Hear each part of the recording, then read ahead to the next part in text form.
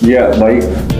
Kami ucapkan selamat malam dan selamat jumpa kembali di podcast PBSI UMB Buton ya, UM Buton yang memang salah satunya podcast yang ada di perguruan tinggi di Cape Town. Dan alhamdulillah pada kesempatan ini telah hadir tamu spesial kita ya dari salah satu caleg ya atau calon legislatif DPRD Provinsi Sulawesi Tenggara yang berasal dari Partai Perindo nomor 16 harus jelas, dan beliau alhamdulillah mendapat posisi nomor 1 di partai itu untuk di Sutra 4, yaitu Kota Bau-Bau, Buton Selatan, Buton Tengah, Buton dan Wakatobi.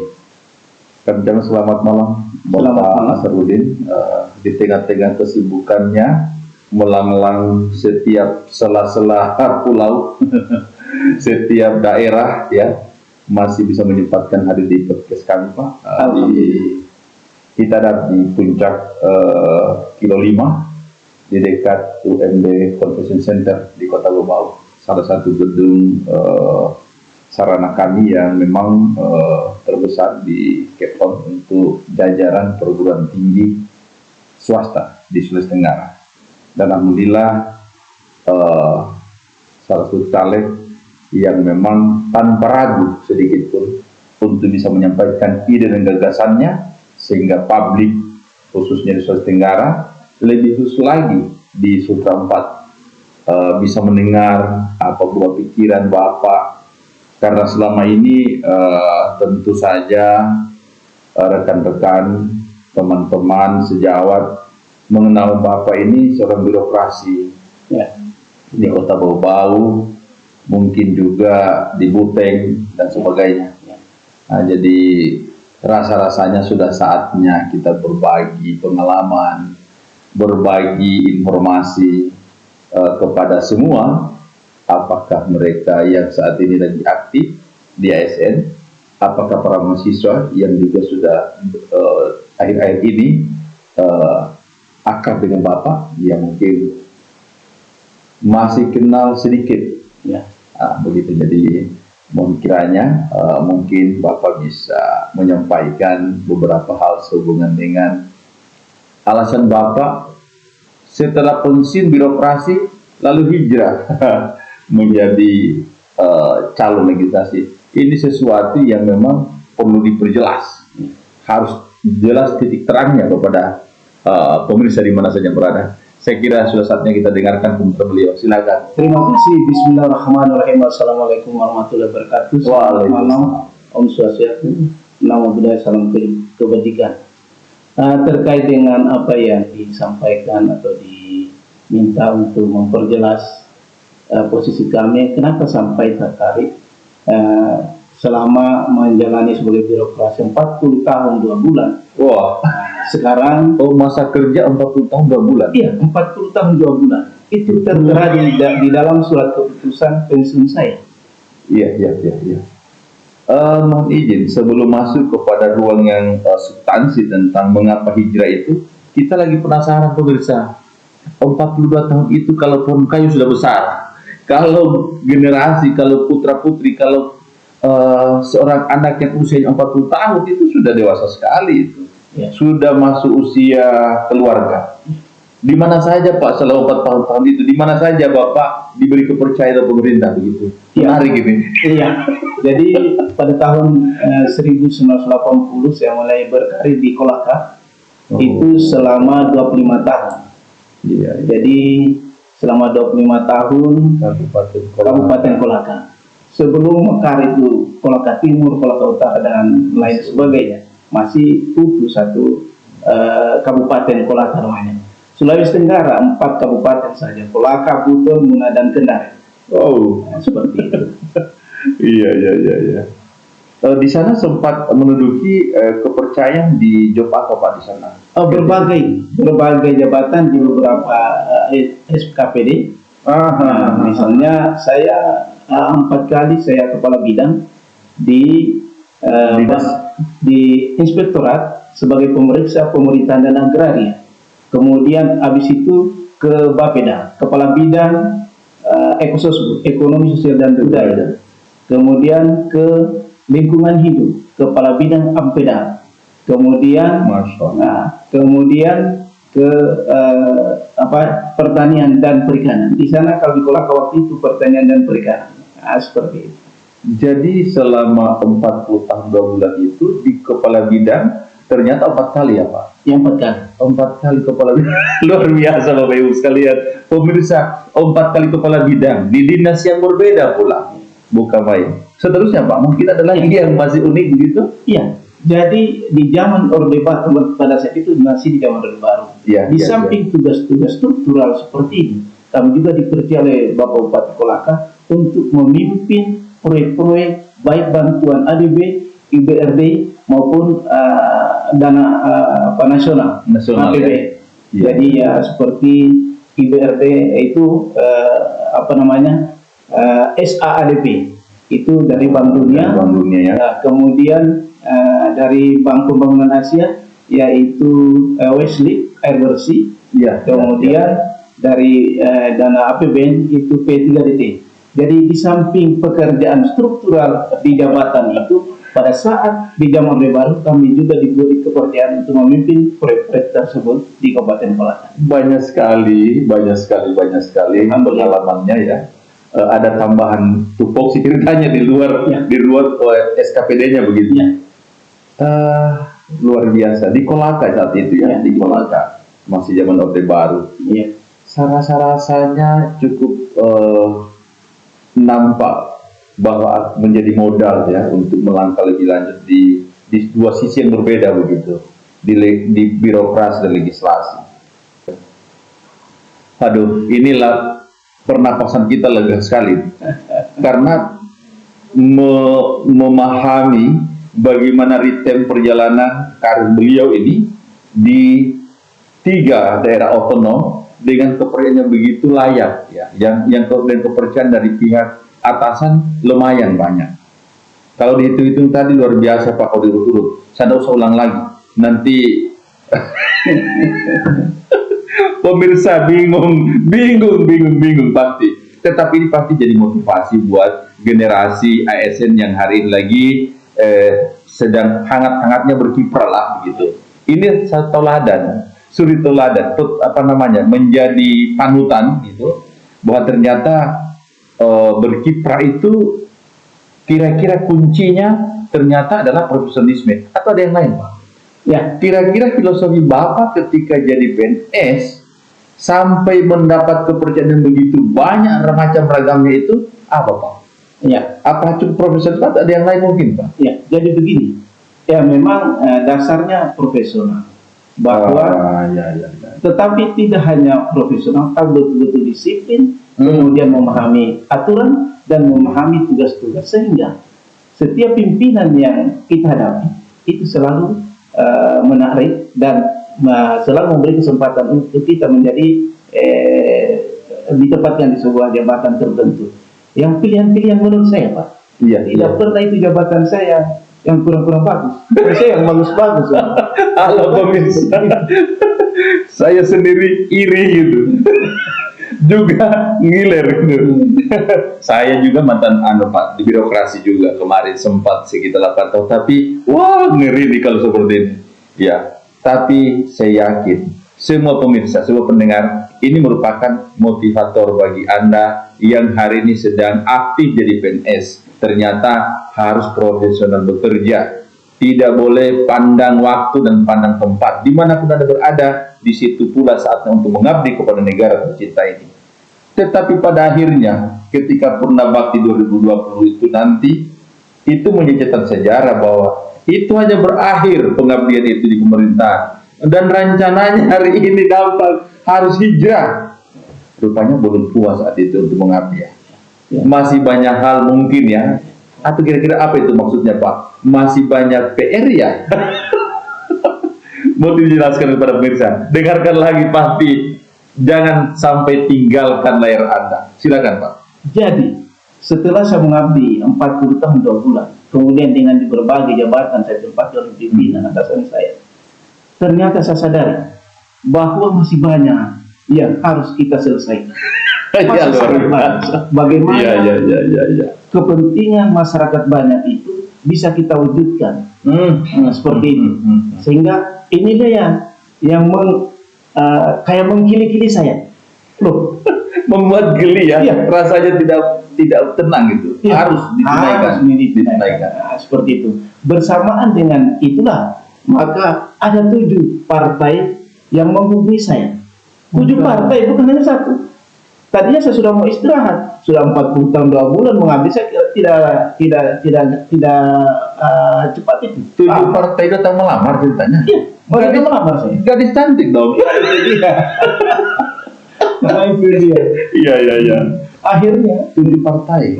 Ya. Yang datang itu siapa? Apakah ketua partai? ketua partai langsung? Iya. Pemirsa, beda dengan yang lain.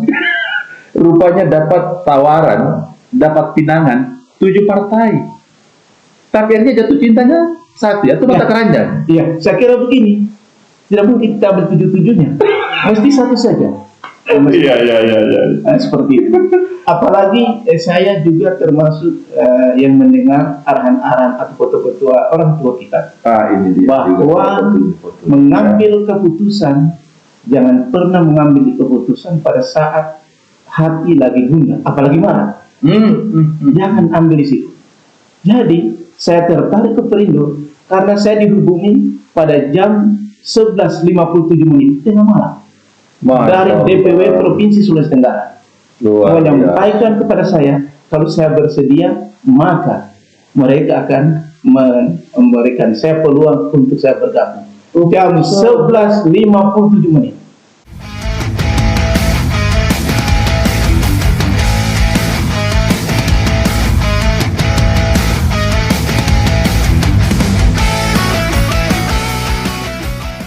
Itu juga sempat saya terpikir ya, bahwa tentu semua partai ini punya filosofi untuk bisa membangun negeri ini. Ya. Tanya pemirsa pasti ketika mendengar bagaimana paparan dari Pak Asarudin tentang pengalaman birokrasinya, pengalaman organisasinya, sepak terjangnya ke berbagai daerah otonom ya, tingkat 2 di sana di sini semua. Ya. Tentunya ini pilihan beliau tentu sudah punya target-target. Tetapi mungkin ya, kesejahteraan Indonesia atau kesejahteraan yang dimaksud di dalam filosofi perencanaan pembangunan Partai Perindo itu kira-kira apa perlu juga disampaikan ke pemirsa kayaknya. Ya. Jadi setuju ya pemirsa?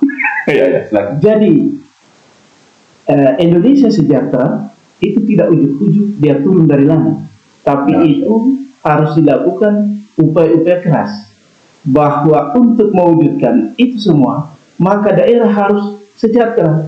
Untuk memperoleh bahwa daerah itu sejahtera, maka kecamatan, desa, dan kelurahan harus sejahtera lebih dulu. Nah, inilah yang mendorong saya. Iya, inilah yang mendorong saya. Ya, saya terima pinangan Partai Perindo. Iya, seperti itu. Jadi filosofinya benar ya. Harus sejahtera dulu desa dan kelurahan, baru kita bisa berharap kecamatannya sejahtera ya.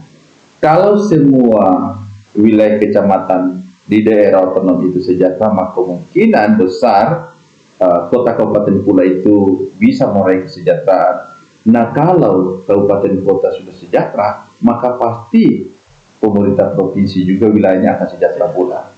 Saya kira ini urutan-urutan yang logis nasional ya, bahwa tidak mungkin simsalabim itu, tidak mungkin dilakukan sepotong-sepotong tanpa terstruktur ini persoalan, karena memang sudah ada jenjang secara. Jadi ceritanya dia dari bawah ke atas. Iya. Baik, ada satu hal Pak yang memang perlu diperjelas ulang lagi ya, bahwa dengan pengalaman birokrasi Bapak yang mendapat kepercayaan begitu banyak, tentu ketika Bapak lolos, dan itu kita amini bersama, amin ya rabbal alamin. Sudah adakah patron-patronnya atau pola-pola yang memang sudah digenggam-genggam sejak masih aktif atau pasca menerima SK Purna Baktinya itu, bahwa ini yang perlu ini yang masih perlu ditangani, ini yang masih menjadi PR berat buat saya. Ya, kira-kira kecemasan itu kemudian bisa disampaikan kepada audiens kita di sana, Ya. karena menunggu tentu ya, pemirsa pasti penasaran ya. Baik, Ya. jadi benar sekali itu. Dari perjalanan dari saya di operasi, saya lihat ada kemajuan, tentunya ada juga ketertinggalan. Ya, tentu tidak ya pasti ya. Inilah yang mendorong saya. Tadi saya katakan bahwa Perindo Indonesia sejahtera. Tidak mungkin itu langsung diperoleh kalau tidak sejahterakan dari bawah. Iya. Nah, saya punya harapan kalau saya bisa berhasil masuk di Dewan, maka mendorong kesejahteraan dari bawah inilah yang menjadi tugas utama untuk kita wujudkan sebagai legislator yang tentunya saya sadar legislator itu bukan eksekutor, Ya, hanya akan bermain di tataran aturan dan regulasi. dan juga fungsi pengawasan. Nah, fungsi pengawasan. Ya, itu penting ya. Bagaimana kita bersama-sama eksekutif mewujudkan itu semua. Tapi kan kita kan bagaimana hanya mengawasi, kemudian fungsi budgeter membahas anggarannya, seperti itu. Ya. Ini tergantung dari nanti kepala daerah yang hasil pemilihan kepala daerah nanti ini. Iya. Tetap bagaimana visi misinya itu diturunkan menjadi RPJMD sebuah daerah atau sebuah kabupaten. Ini orang Bapeda ini kalau menyebut RPJM ini tidak keseleo ini, ya, karena memang dia kepala Bapeda. Jadi memang ketika nanti terpilih kepala desa demokrasi tentu, maka visi misinya itu akan diturunkan atau dirumuskan dalam bentuk dokumen RPJMD tentunya. Dan itu nanti kemudian sebagai seorang anggota legislasi atau legislator itu bisa melakukan fungsi-fungsi pengawasan tentu ya. Iya. Dari awal penyusunan RPJMD, di situ kita sudah harus masuk sebagai mitra pemerintah daerah, bahwa kalau bisa ini diterjemahkan menjawab seluruh permasalahan, terutama permasalahan bagi masyarakat yang masih belum beruntung. Kira-kira seperti itu. Ini ada keterkaitannya dengan penjejakan digital yang dilakukan oleh kru kami podcast PBSI UM Buton ini, bahwa di media sosial sempat melihat tayangan ada semacam kartu nama ya. Di situ Pak ditemukan siap, itu ada posternya Bapak, siap melayani dan mengabdi, memperjuangkan dan memastikan hak rakyat. Apa maksudnya itu Pak? Ya, penasaran saya punya kru saya. Dia tuh tolong Pak Hos juga ditanyakan nanti itu supaya halayak bisa paham apa artinya siap melayani dan mengabdi sebagai target daripada Bapak sebagai caleg yang kemudian ya sangat diharapkan oleh masyarakat, karena pasti ketika Bapak di birokrasi mendapat tugas begitu banyak di SKPD manapun atau DPD manapun, tentunya kan akan bersentuhan dengan masyarakat sebagai objek dari program itu, dan masyarakat pun akan pasti menunggu bahwa ketika Bapak saat sudah dikenal dan akan ditunggu-tunggu kapan dia lolos jadi Bazarudin, pasti akan menunggu, sehingga saya kait-kaitkan dengan itu Pak. Oh siap mulai itu mungkin apa gitu rahasianya. Dijelaskan Pak. Jadi yang saya maksud siap melayani itu adalah bagaimana sesungguhnya kita menjawab kepentingan atau apa yang dibutuhkan oleh masyarakat daerah itu. Sekarang saya kasih contoh saja. Dan itu kita sudah lakukan. Perindo telah melakukan kegiatan yang sebagai bagian daripada melayani. Ini satu alat ekstra kita turunkan di Kabupaten Buton. Alat berat ya? Iya, alat berat, ekskavator. Kita sampaikan kepada masyarakat. Jadi kita Perindo ini, nyalek ini, bukan menjanji, tapi kita bawa itu ekskavator ke lapangan baru kita Pak Menyuguhkan kenyataan. Iya, kita sampaikan ke desa, kamu orang butuh ini. Kalau butuh, untuk apa? Untuk buka jalan kah atau untuk apa? Ini kita sudah lakukan ini. Pasti butuh dong. Kita sendiri pasti butuh. Bisa saya bisa nanti buat permohonan ya kalau saya pribadi. Jadi atas nama kelompok itu bisa. Harus buka kelompok ya. Yang ditandatangani oleh kepala desa dan ketua BPD desa ini. Saya ulang pernyataan beliau supaya tegas dan jelas. Ya. Rupanya Perindo itu bukan memberi janji, Ya. tetapi menyuguhkan kenyataan. Dan kenyataan apa yang dimaksud? Kenyataan yang memang secara manfaat itu urgen, Ya. dibutuhkan masyarakat. Ya. Ekskavator itu Pak, alat berat yang memang kerjanya kalau seandainya dihitung secara ekonomi oleh para pelaku kontraktor, wah itu jutaan per unit, jutaan per jam itu. Ya. Ya. Pemirsa, bentuk kelompok saja, bentuk kelompok baru mengajukan permintaan kepada Perindo dimanapun Anda berada, mau di Buton, mau di Kota Bau-Bau, mau di mana, ya, insya Allah minimal di wilayah Sutra 4, Ya. insya Allah Pak Asrasudin akan merealisasi permintaan itu. Yang penting syaratnya per kelompok ya. Ya. Atas nama kelompok tani, Saya kelompok juga nelayan. mau bentuk kelompok ini. Biar kelompok petani saja kalau begitu, supaya saya bisa buat jalan tani Pak. Kalau saya buat jalan tani, nanti hasil pertanian saya bisa terjual ke kota saya. Jadi tadinya harganya sekian, bisa naik dong harganya. Jadi saya bisa nanti sebagai petani bisa menikmati harga daripada produksi pertanian saya. Waduh, oke para petani siap ya buat kelompok, nanti ajukan permintaan. Ya. Nanti calegnya siap. Siap. 24 jam. Siap. Itu gratis loh. Saya lupa, ternyata gratis pula. Gratis. Weh.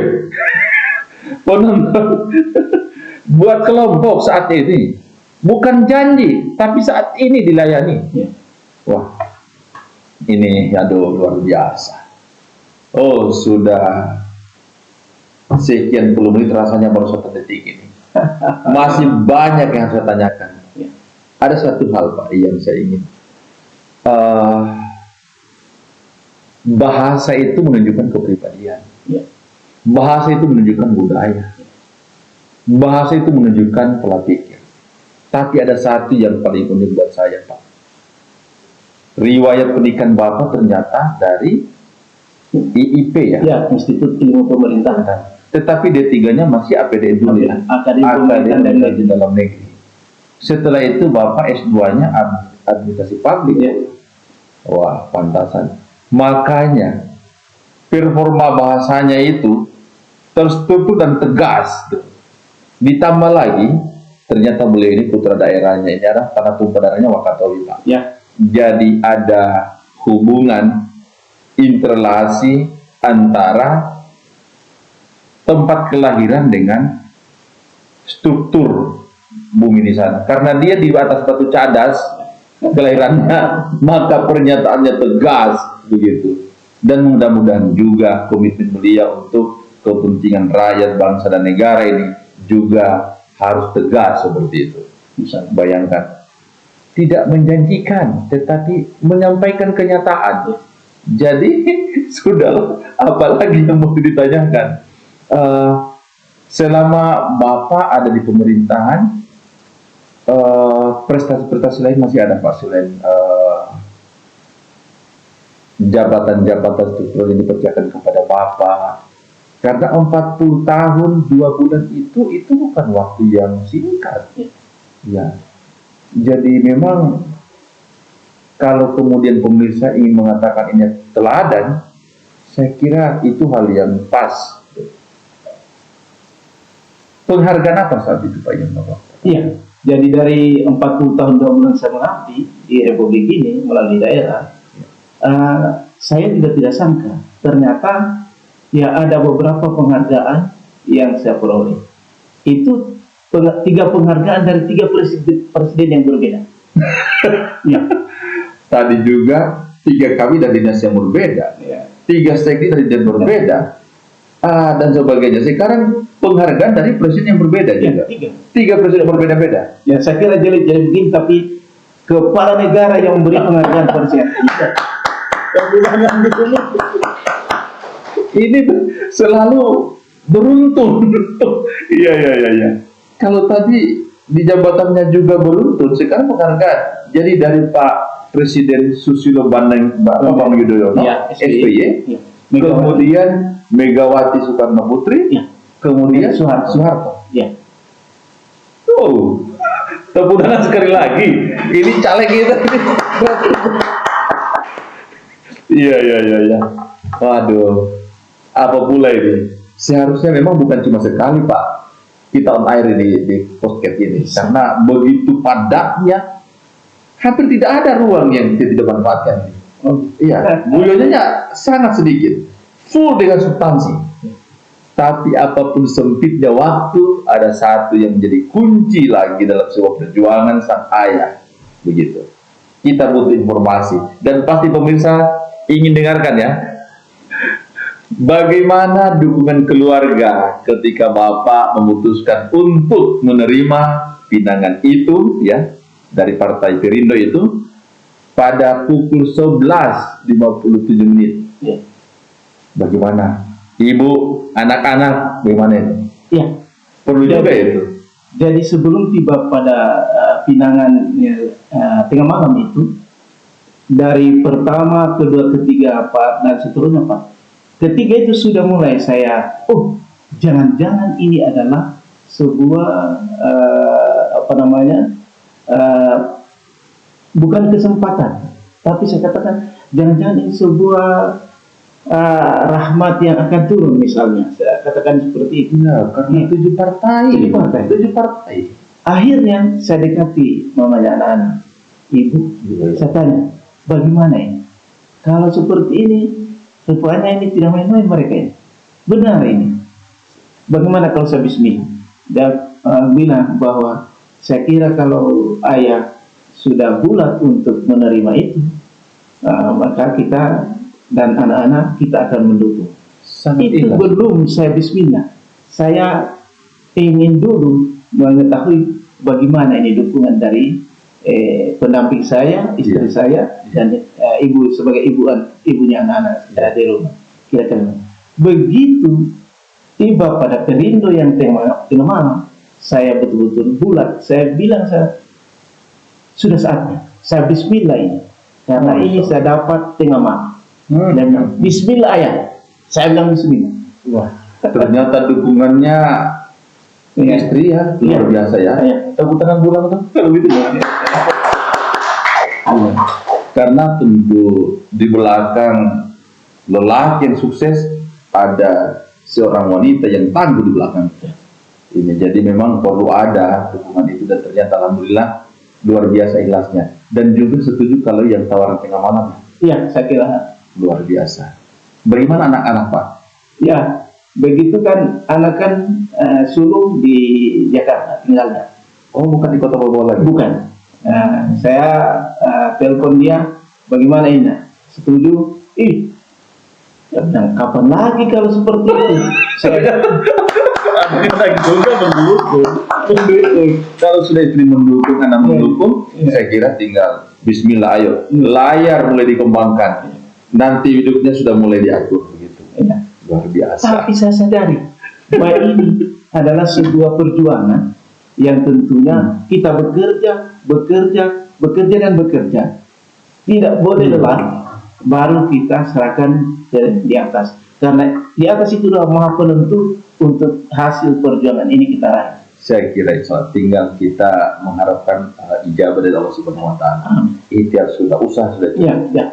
Dan konon dari informasi dari para mahasiswa juga mengatakan kalau serdadunya ke lapangan itu luar biasa. Jadi saya bilang, Pak, saya kira kalau kedatangan nanti Pak Sarudin di podcast kita, saya bilang itu hanya penguatan atas kerja-kerja keras sudah sekian lama di sana, dan mudah-mudahan kalau dari sekian daerah otonom ini yang juga pasti sudah bersentuhan dengan warga-warga di situ, ya, paling tidak hari ini yang seirisan dengan perjuangan Bapak di Bau-Bau, Buton Selatan, Buton Tengah, dan Wakatobi, itu ya paling tidak masyarakat yang ada di Buton Tengah, kemudian Kota Bau-Bau, plus Wakatobi sebagai tanah tumpah darah, itu kan berarti sudah ada 3 daerah otonom dari 5 daerah otonom yang ada di Sultra IV tentunya. Kita berharap semua itu bisa menjadi kekuatan yang mensupport Bapak ke arah yang dituju dalam pencalekan ini. Yang kedua, kami juga berharap dari kiprah Bapak selama di birokrasi itu merupakan salah satu parameter dari pemilih cerdas untuk ke sana. Sehingga menutup jumpa kita pada malam hari tidak terasa sudah 40 menit, Pak. Wah, iya, saya baru kira baru 2 menit ini. Sudah 40 menit. Mungkin ada himbauan atau ada pesan singkat ya sehubungan dengan partai nomor 16 dan nomor urut 1 di caleg provinsi menyongsong tanggal 14 Februari 2024. Ada enggak pesanan itu ke sana? Ya, saya kira terima kasih kepada UMB yang telah memberikan kesempatan kepada saya untuk berbincang-bincang. Sangat berterima. Ini adalah sebuah penghormatan kepada saya. Ya, untuk bagaimana saya menyampaikan secara langsung kepada halayak umum bahwa inilah saya. Ya, inilah adanya. Ya, inilah adanya. Saya hadir sebagai pilihan. Kalaulah itu dianggap positif, maka saya kira tidak salah atau sangat bijak kalau kita bersama-sama. Tapi kalau itu dianggap masih ada yang lebih dari saya juga dengan nego silakan. Sangat toleran, sangat toleran. Saya tidak masalah. Pemirsa, sekali lagi saya akan ulangi bahwa beliau ini ada di Sultra IV, nanti wilayah perjuangannya ada di Partai Perindo yang nomor urut 16, sedangkan beliau di Partai Perindo adalah nomor urut 1. Jangan lupa ya, tanggal 14 Februari 2024. Ya, saya kira demikian bincang-bincang kita dengan seorang mantan birokrasi, dan memang sejak awal topik pertemuan kami pada kesempatan memang dari birokrasi menuju legislator, dengan harapan bahwa kemanfaatan prestasi beliau di pasca purna baktinya masih tetap berlanjut demi Indonesia yang sejahtera, Indonesia maju untuk semua lapisan masyarakat. Saya kira begitu. Salam merdeka, sukses selalu untuk Pak Asrudin. Mudah-mudahan Subhanahu wa Ta'ala senantiasa mengabulkan segala niatan itu, dan ayo bisa kita amin ya. Amin ya Allah, amin ya Allah 3 kali, amin. Dan akhir kata kami ucapkan billahi taufiq wal hidayah. Wassalamualaikum warahmatullahi wabarakatuh. Waalaikumsalam warahmatullahi wabarakatuh.